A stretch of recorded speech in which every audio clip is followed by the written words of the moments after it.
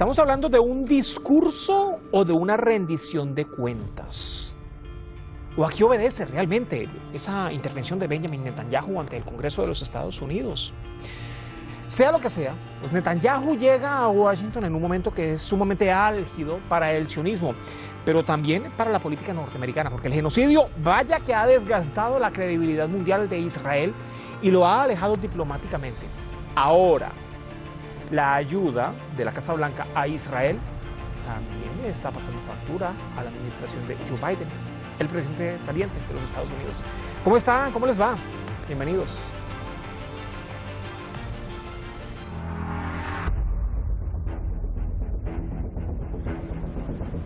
Cuarto discurso del premier sionista ante el Congreso de Estados Unidos, su principal aliado política, económica y armamentísticamente. Causa revuelo por ser en medio del genocidio que comete Israel en la Franja de Gaza desde hace casi 10 meses, y el rechazo ciudadano es más que evidente. Por estos pasillos caminará Benjamin Netanyahu. Justo acá, este grupo de manifestantes judíos han pedido a Washington dejar de armar a Israel. Pero como era de esperar, la policía accionó. Hay cerca de 100 activistas detenidos, pero no ha sido la única protesta. Estas son las adyacencias del hotel donde está hospedado Netanyahu. También rechazan su visita. I'm here because Netanyahu, the orchestrator of genocide in Gaza, of 39,000 people killed already and probably 168,000 dead, according to Lancet. We're here because this guy is a murderer, he's an evil, evil, mean person, and he's been invited by our evil, mean Congress to come and speak. El arresto del primer ministro ha sido una de las principales peticiones. This guy is a war criminal. We should not be hosting a war criminal. He should be in court. We should prosecute this war criminal for war crimes. This guy, he is the responsible for the hundreds of thousands of people killed in Gaza. And I really think that we should not be accepting people like that in the United States. Desde luego que Netanyahu se reunirá con Joe Biden. Será el segundo encuentro en medio del genocidio. El primero fue en los territorios ocupados. Ahora, aunque Biden se retiró de la carrera por la presidencia, el accionar sionista es uno de los puntos álgidos para la campaña para el Partido Demócrata. Esta destrucción supone un gasto multimillonario para el Estados Unidos que dejará Biden en 6 meses. Y claro que repercute en el bolsillo del contribuyente.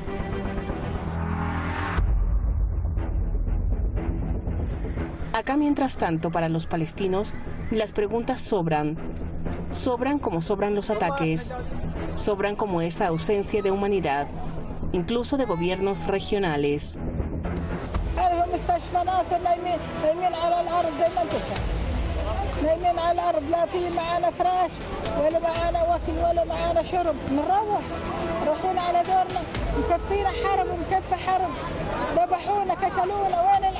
Mientras se ausentan las respuestas, los palestinos solo tratan de sobrevivir. Esta ahora es su vida. Están sumidos en la destrucción, en la crisis humanitaria, en la hambruna y sin un atisbo del fin del genocidio. El apoyo de Occidente a Israel los ha convertido en un número más, bien sea de desplazados, heridos o muertos. Acá lo único claro es que este puede ser el último día con vida para ella, para él o para cientos más.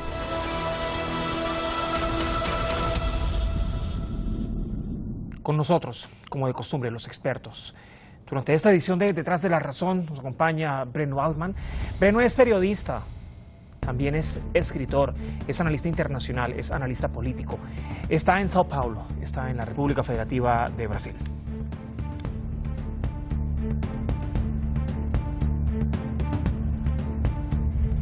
Nos está acompañando junto a Breno esta noche Lisandro Brusco. Lisandro es analista político, también analista internacional y además integrante del movimiento pro-palestino Mazar Badil. Está en Rosario, en Argentina.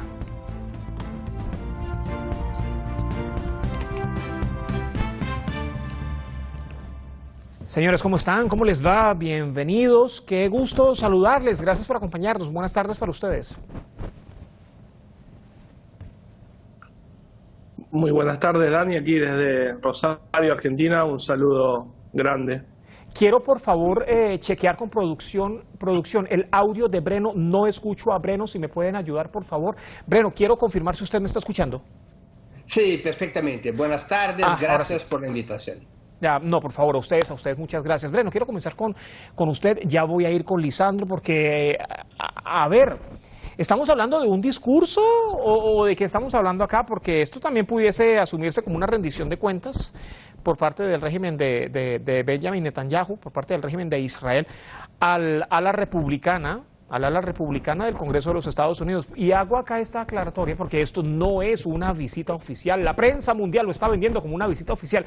No hubo invitación de Joe Biden. Es visita oficial cuando un jefe de Estado o cuando un primer ministro invita a otro de sus colegas a su país, a su despacho. Esto no fue así. Acá el que invitó a Benjamin Netanyahu a Washington ha sido el ala republicana del Congreso. Entonces, ¿de qué estamos hablando, Breno? ¿Esto es una rendición de cuentas o de qué se trata? Yo creo que una rendición de cuentas es, claro, una intervención de Netanyahu y sus aliados más cercanos en Estados Unidos para mantener activo e influente, especialmente en el Congreso de Estados Unidos, el lobby sionista. Tenemos siempre que recordar el rol que tiene el lobby sionista para mantener el apoyo del gobierno de Estados Unidos a Israel. Ese lobby tiene una actuación entre los empresarios, entre los parlamentarios, en la industria de la cultura, en los medios de comunicación, y hay muchas presiones de crisis en el interior de ese lobby en ese momento, y ese lobby tiene que mantener su presión sobre el gobierno de Estados Unidos para que no haya, en razón de la carrera electoral presidencial en Estados Unidos, para que no haya algún tipo de, digamos, demagogia de los demócratas, del gobierno Biden en relación a Israel por cuenta de las encuestas electorales. Entonces, lo que hace Netanyahu en Estados Unidos es tratar de mantener el funcionamiento de ese lobby y especialmente mantener la más fuerte presión que pueda sobre los parlamentarios de Estados Unidos para que esos parlamentarios garanticen junto al gobierno Biden que no va a haber ningún tipo de interrupción en el provimiento de armas o el provimiento de plata para la convalida economía de Israel. Yo creo que esa es la función, ese es el target fundamental de Netanyahu en Estados Unidos en ese momento, tratar de impulsionar y mantener activo el lobby sionista, particularmente en el Parlamento. Claro, y tratar de asegurar la ayuda en el bolsillo, de alguna u otra manera, ¿no? Así es. Lisandro, a ver, tenemos información en desarrollo, ya está comenzando a hablar Benjamin Netanyahu ante el Congreso de los Estados Unidos. Y a ver, después de esta intervención, pues desde luego se va a reunir con Joe Biden, pero también va a mantener una reunión en Mar-a-Lago con Donald Trump. Y acá eso nos lleva a pensar, a ver, está buscando desde luego asegurar el apoyo para el futuro, ¿no? Pero esto también deja acá dos aristas, porque por un lado da también a entender, y esto lo quiero colocar a consideración de ustedes, sobre todo a consideración tuya, Lisandro, por un lado da a entender que no se puede sostener por sí solo Israel o el sionismo, ¿no? Por un lado. Y si está buscando este apoyo del que también hace mención Breno, eso quiere decir también, o se puede traducir, señores, en que tampoco tiene la más mínima intención de terminar con el genocidio, porque faltan, ¿qué?, 6 meses para que llegue el nuevo presidente de los Estados Unidos. Y si está buscando más apoyo, entonces, ¿qué? Así es, la misma supervivencia del régimen colonial de Israel va a depender de Estados Unidos, porque en sí, desde su génesis, desde su origen como régimen colonial, como Estado, el Estado de Israel ha sido dependiente del imperialismo norteamericano. En ese sentido, no vemos por qué gobierne quien gobierne en Estados Unidos de Norteamérica, inclusive gobierne quien gobierne en el ente colonial israelí, la alianza estratégica para el imperialismo yanqui en la región es justamente sostener estos acuerdos estratégicos con el ente genocida. Va más allá de gobiernos, entonces, la alianza. tal cual, va más allá del gobierno y como señalaba Breno, la necesidad también de Netanyahu de garantizar en el Parlamento norteamericano, que seguramente lo va a seguir garantizando. A ver, no seamos ingenuos, también escuchábamos al senador Bernie Sanders que decía van a seguir financiando el genocidio con la plata de los contribuyentes. A ver, y Estados Unidos lo ha hecho siempre, gobierno que tras gobierno lo ha hecho siempre, y también en Latinoamérica. A ver, somos testigos y víctimas también de la financiación de las dictaduras militares. O sea, no va a modificar en términos estratégicos esta alianza, sí puede llegar a condicionar la movilización de los pueblos, como señalaba el informe, que hoy se manifestaron en las puertas tanto del Parlamento como en las embajadas a lo largo y ancho del globo, de poner presión desde lo que se dice la sociedad civil y desde los movimientos sociales. Acá entonces, por ejemplo, Breno, no tiene nada que ver con que llegue al poder en la Casa Blanca una persona que sea sumamente nacionalista como Donald Trump, por ejemplo, que aboga por American First. Mira, yo creo que no hay muchas diferencias de estrategia en relación al sionismo, sea de los republicanos con Trump o de los demócratas, hoy con el gobierno Biden y quizás en el futuro con el gobierno de Kamala Harris. Hay que considerar que el Estado de Israel es una cabeza de puente de Estados Unidos en el Medio Oriente. Tiene un rol estratégico para el sistema imperialista y en eso están de acuerdo, sean los republicanos, sean los demócratas. Aunque se pueda especular que los republicanos tengan una relación más simpática con Netanyahu y eventualmente a los demócratas les interesaría un sionista, un líder sionista un poco más moderado que Netanyahu, el hecho es que el rol de Israel en el sistema imperialista liderado por Estados Unidos, ese rol es defendido por republicanos y demócratas. Yo no creo que por iniciativa de los demócratas o de los republicanos va a haber algún cambio importante. Claro, puede haber cambios si hay presión, si la presión social en Estados Unidos se mantiene y si esa presión se profundiza, si esa presión es capaz de obligar un cambio en la correlación de fuerzas del Parlamento, si esa presión es capaz de desgastar el lobby sionista, si hay una ruptura en la comunidad judía, como ya ocurre hace meses, de un sector de los judíos norteamericanos empezando a romper con el sionismo. Si todos esos factores ocurren, es posible que haya una presión sobre el Parlamento, sobre el gobierno de Estados Unidos y quizás algún cambio de política en relación al Estado de Israel, como ha ocurrido, por ejemplo, en relación a Sudáfrica en los años 80. Fue la presión social que provocó un cambio en la política externa de Estados Unidos en relación a Sudáfrica. Pero si depender de las estrategias, de los vínculos, de los intereses vinculantes de los republicanos y demócratas, no hay diferencias fundamentales entre uno y otro, entre Trump y, por ejemplo, Kamala Harris. Y Netanyahu va a dialogar con los dos sectores, con Biden, con Trump y quizás con la misma Kamala Harris, con el objetivo de mantener el acuerdo estratégico que es fundamental para la existencia del Estado de Israel. Pero ahora, a ver, venga, estamos hablando de un escenario que es completamente diferente al de 2020 cuando asumió Joe Biden, ¿no? Las riendas de la Casa Blanca, por ejemplo. Lisandro, y es que estamos viendo cómo Israel y el sionismo en su conjunto, a ver, tiene una imagen sumamente desgastada respecto a la población mundial. Yo no quiero decir en función de la comunidad internacional o de la justicia internacional. No. ¿Quiénes son los que se autoproclaman comunidad internacional? Son, ¿qué? A ver, países europeos, Estados Unidos por supuesto, pero Occidente, digamos, en su conjunto, representantes de Occidente en su conjunto, ¿no? No es la verdadera voz de la mayoría de la población mundial, no representa el sur global, por ejemplo, o no representa siquiera los mecanismos emergentes, ¿no? Pero ahora sí hay una imagen sumamente lavada del sionismo y también una imagen sumamente lavada de este Estados Unidos actual. Entonces, por cómo están las cosas, es una condición sumamente diferente a la de hace 4 años, cuando asumía gobierno Joe Biden. Y esto no le será cuesta arriba tratar, llegue quien llegue a la Casa Blanca, no le quedará cuesta arriba tratar de mantener ese apoyo, porque entonces, ¿cómo mantenerlo cuando tiene un sionismo en curso, un genocidio en curso?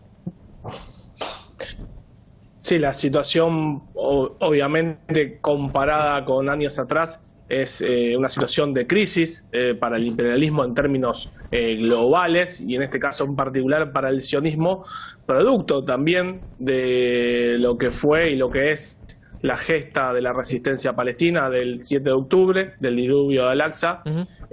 A partir de ahí, la movilización y la concientización de los pueblos, como decía también el compañero, del propio corazón del imperio en Estados Unidos. Hemos visto la movilización y el acampe de universitarios, de universitarias, la permanente movilización en los países de Occidente, inclusive en Europa Central. Digo, esta situación no es la misma ni para Estados Unidos ni para el sionismo. Están en crisis, obviamente, cuando el sangra el imperialismo, cuando está en debacle, en crisis, muestra sus garras y la está mostrando justamente en la Franja de Gaza, con este genocidio televisado en vivo y en directo, pero la movilización de los pueblos va a ser lo que determine el desarrollo de la historia, y en ese sentido no solamente condicionar a los gobiernos, sino ser poder en los distintos países para poder revertir la correlación de fuerzas. Empezó la resistencia palestina, la continúa la resistencia yemení, con la revolución islámica de Irán. Digo, construir, como decía el propio comandante Che Guevara, 1, 2, 3 Vietnam, esa es la idea para poder concientizar y darle un golpe definitivo al imperialismo en términos globales y en particular en la región de Oriente Medio, como se dice, para poder desterrar a ese mal que es el sionismo en Palestina. Esta presión internacional que se ha generado, presión popular, ¿no? Sobre todo porque son las poblaciones, son los pueblos los que se han ido a las calles, y algunos gobiernos que obviamente rechazan, por razones obvias, ese genocidio en la Franja de Gaza, ha obligado incluso a que la propia Corte Internacional de Justicia haya emitido declaraciones. Ojo, eso sí, no han sido declaraciones contundentes, sino más bien son como llamados de atención. A ver, yo a usted le exhorto que por favor trate de tener cuidado a la hora de atacar a los palestinos. Pero ahora, si se tratara de otro actor completamente diferente a las opiniones de Estados Unidos o de Occidente, ahí sí existiera completa contundencia. Mire lo que pasó, por ejemplo, con Rusia en 2022, ¿no? Ahora, pero más allá de eso, venga, Breno, precisamente hablando de la presión popular, esa misma presión, ¿será que logra al menos que Joe Biden sea más férreo ahora cuando ya le quedan 6 meses de gobierno para tratar de buscar un alto al fuego? Pero digamos, esto podría ser también solamente para salvarse el pellejo y no realmente para solucionar esta cuestión de fondo. ¿O me equivoco? Yo creo que la tendencia principal es que Joe Biden se mantenga en esa demagogia, en ese teatro que está haciendo ya algunos meses. Habla en público de un alto de fuego, sí. Habla en público de que Israel tiene que moderar su agresión a la Franja de Gaza, que Israel tiene que estar de acuerdo con las negociaciones para la liberación, para el intercambio de rehenes, de los rehenes que están con los palestinos por los rehenes que están con el Estado de Israel. Pero el gobierno americano, al mismo tiempo que hace ese teatro, no anuncia o no pone presión efectiva sobre Israel, por ejemplo, presionando a Netanyahu para que en caso de que no acepte el camino de la negociación, que van a haber medidas prácticas concretas, sanciones, de sanción contra Israel, ¿no? Porque si Estados Unidos, por ejemplo, anunciara un embargo de armas contra Israel, en menos de una semana hay alto de fuego. Inmediatamente, porque Israel no tiene cómo combatir sin la plata y sin las armas de Estados Unidos. Entonces, yo creo que Biden se va a mantener al lado de Blinken con ese teatro. Somos buenos, queremos la paz, el alto de fuego, pero sin medidas concretas para obligar a Israel al alto de fuego y a las negociaciones. Pero eso habla, digamos, tal vez de miedo, ¿no? Un cambio importante en eso porque, mira, claro, necesita del teatro Biden en términos electorales, fundamentalmente con el electorado más joven y progresista de los demócratas, pero para mantener la financiación de la campaña electoral de Kamala Harris y para mantener bajo control los instrumentos de comunicación, Biden necesita mantenerse claramente como un aliado de Israel o puede perder parte del apoyo del lobby sionista, que ya está mayoritariamente con Trump, y el lobby sionista tiene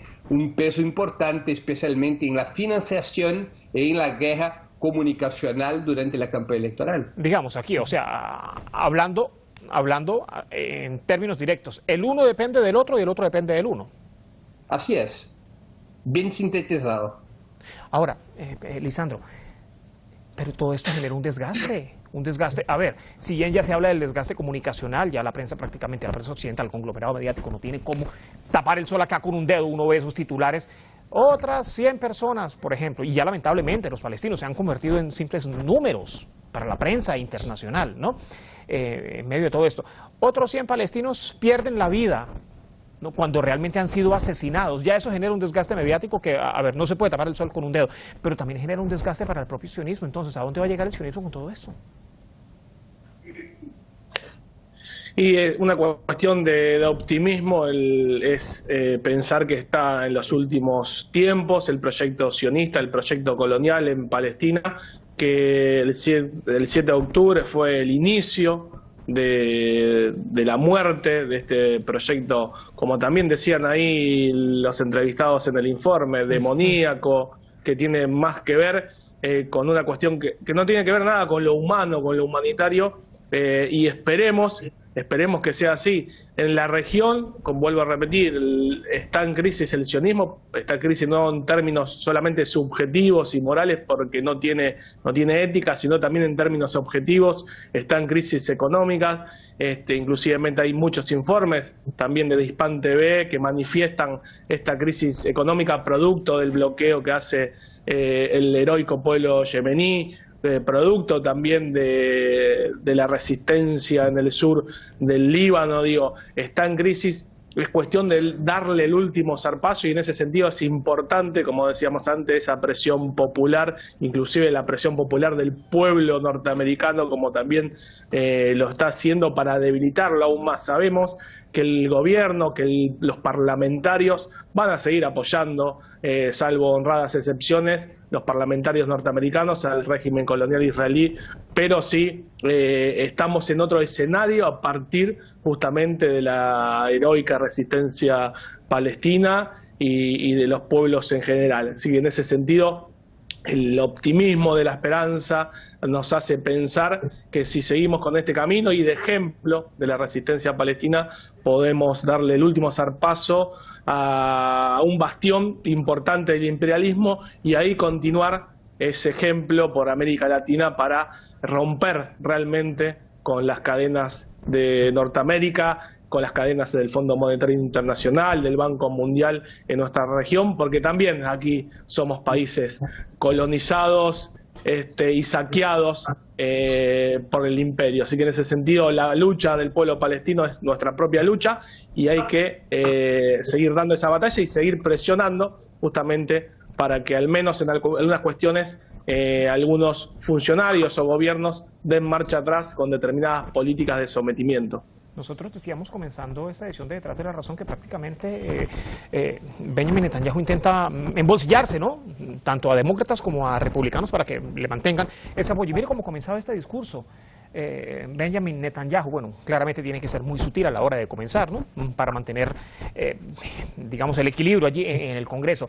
Le agradecía además a Joe Biden por el apoyo de corazón. Siento que es un apoyo de corazón, así le decía Benjamin Netanyahu a Joe Biden. Lisandro, muchas gracias por acompañarnos.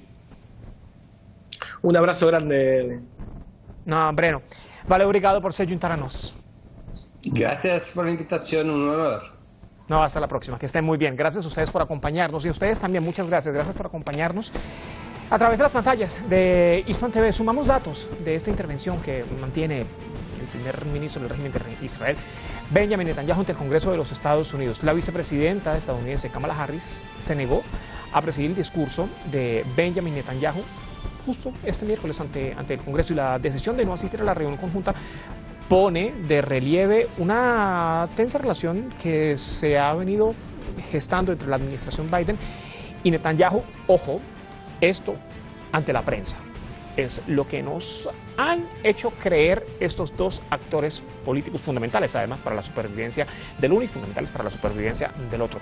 Ha sido un momento en que, si bien aumenta lamentablemente el número de víctimas, el número de asesinados en medio de este genocidio, también aumenta ese rechazo internacional, ese rechazo popular. Yo creo que esa más bien es la palabra, rechazo popular alrededor del mundo, que está generando y que está provocando también una creciente reacción, y que eso a su vez va sumando presión a los organismos internacionales multilaterales, a los organismos de la justicia internacional y por supuesto a los gobiernos que están apoyando a Benjamin Netanyahu en medio del genocidio contra la Franja de Gaza. Mañana vamos a estar analizando las repercusiones, las reacciones que dejan este discurso de Netanyahu ante el Congreso de los Estados Unidos. Gracias por acompañarnos.